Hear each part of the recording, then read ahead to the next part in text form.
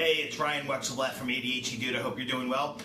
So recently I've encountered a bunch of very inflexible high school age kids.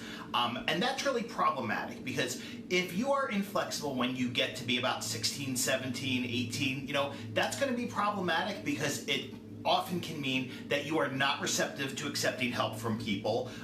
You're not necessarily aware of when you need help, and when it's pointed out to you, you might not be receptive to even hearing that you need help. So one of the things I always explain to parents is that, and I don't know exactly the reason why this is, but when I see kids who are inflexible, there tends to be this shift around age 14, 15, where kids who are inflexible, if they're not broken of this inflexibility, they become more inflexible around that age. Not in all cases, but a lot of cases. So what I want to share with you today, particularly those of you who have younger kids, the earlier you work on cultivating flexibility, the better off your child will be in the long run. And here's a really important message.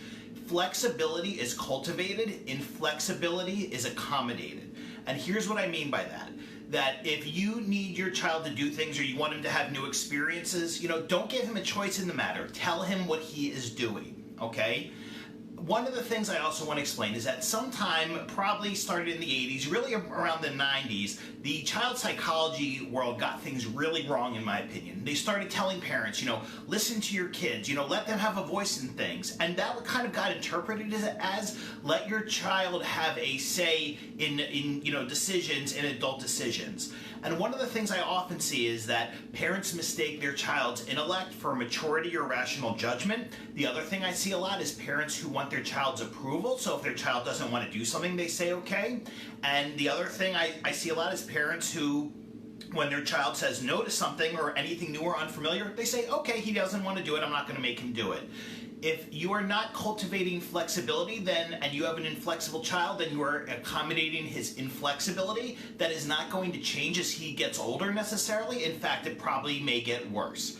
So really, there's certain things in life that we have a choice about and certain things that we don't have a choice about. And that's a message you need to convey to your son. So for instance, somebody posted today about going to summer camp. If your son says, I don't want to go to camp, it's not fun. There's certain things in life you have a choice about, there's certain things you don't. This is one of the things you don't have a choice about, but you have many other things in life that you do have a choice about, okay? So I just want you to remember that because the younger your child is, when you can cultivate flexibility, the easier it'll be as he gets older. It is never too old, a kid's never too old to help them develop greater flexibility, but the younger you start, the easier it is, which is why I wanted to talk to you about this today, okay? Hope this is helpful, and if you're watching this on YouTube, please make sure to subscribe, and I will talk to you soon. Take care. Bye.